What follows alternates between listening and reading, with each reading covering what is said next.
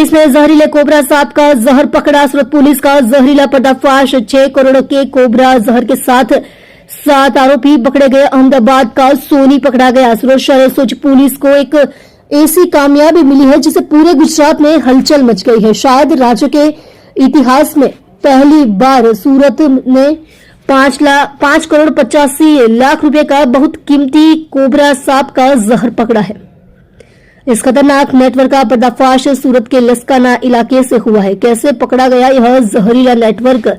एक सीक्रेट जानकारी के आधार पर सूरत एसओजी टीम ने लस्काना में छापा मारा और इन 7 आरोपियों को गिरफ्तार किया। मनसुख दिनाया, चिमन भुआ, समीर पांचाल, प्रवीण शाह, केतन शाह, मकरंद कुलकर्णी और प्रशांत शाह अहमदाबाद के सोनी से कनेक्शन।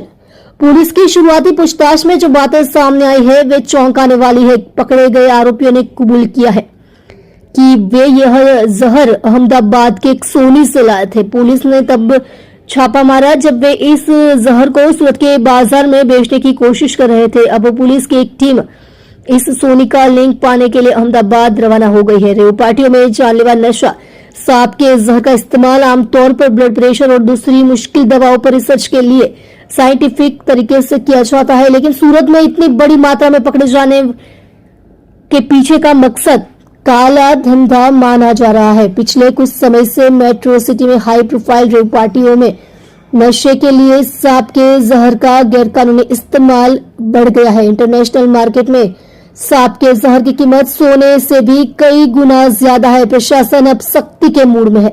सूरत पुलिस कमिश्नर के गाइडेंस में एसओजी अब इस बात की जांच कर रही है कि यह जहर किन जंगलों से या किन सांप पकड़ने वालों से आया। क्या इसके पीछे कोई इंटरनेशनल स्मगलिंग रैकेट है? 7 आरोपियों की गिरफ्तारी के बाद अब जांच बड़े लोगों तक पहुंच गई है। देख रहे हो न्यूज़ 9 सूरती चैनल के साथ कल्पेश राणा की रिपोर्ट। जी सर, बोलो। Okay sir.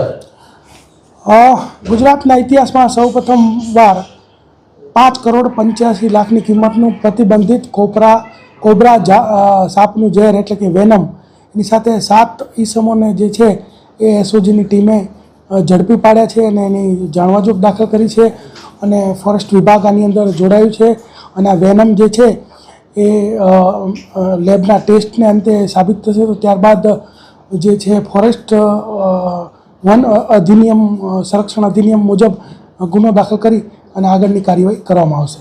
કેટલા સમયથી વેચાણ કરેલા શું સૌથી હકીકત એવી છે કે જે એક અમદાવાદનો વ્યક્તિ છે જેનું નામ છે ઘનશ્યામ સોની, આરટીઓ સર્કલ સામે અમદાવાદમાં રહે છે અને તેણે જે છે એ બરોડાના પ્રશાંત અને મકરંદ આ બંને જે વ્યક્તિ છે એને આ વેચવા માટે આપેલું અને પછી બરોડાના 4 વ્યક્તિઓ સુરતનો જે મેરેજ બ્યુરો ચલાવે છે જેનું નામ છે મનસુખભાઈ અંબાભાઈ દિનૈયા અને એને ત્યાં આ લોકો વેચવા માટે આવેલા અને 9 કરોડમાં જે છે એ ડીલ પાકી થયેલી અને એ વેચવા માટેનો પ્રયત્ન કરતા હતા। એ દરમિયાન જ તે એસઓજીની ટીમે આ 7 આરોપીઓને આ જે 6.5 ml કોબરાનું ઝેર વેનમ છે એની સાથે ઝડપી પાડ્યા છે।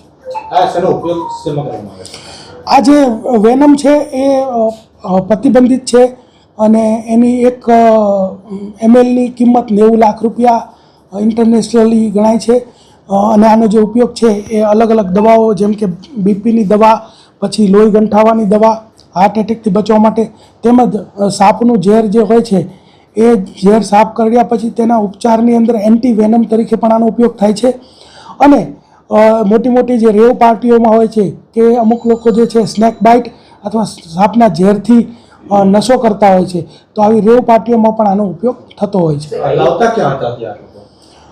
જે ઘનશ્યામ સોની છે જે વોન્ટેડ છે જેણે આ બરોડાના જે 4 વ્યક્તિ છે એને આપેલું ને એમાં એક એડવોકેટ પણ છે અને આ જે છે ઘનશ્યામ પકડાશે ત્યારબાદ આપણને ખબર પડશે કે આ લોકો ક્યાંથી લાવેલા હતા।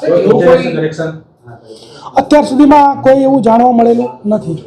સાહેબ એવું કોઈ જે પકડાયું છે એમાં સુરતના આ પાર્ટીને લઈને કોઈ કનેક્શન હોય કે લાવવાનું? અત્યારે એવું હતું કે જે બરોડાના 4 લોકો છે અને જે સુરતના 3 આ બધા લોકો જે છે એ મળીને અલગ અલગ કમિશનથી એમને એવું હતું કે ભાઈ 9 કરોડમાં ડીલ ફાઇનલ થઈ જશે તો એ રીતે વેચવા માટે ફરતા હતા અને એ વેચાણ થાય એ પહેલાં જે એસઓજી એને ઝડપી પાડ્યા છે।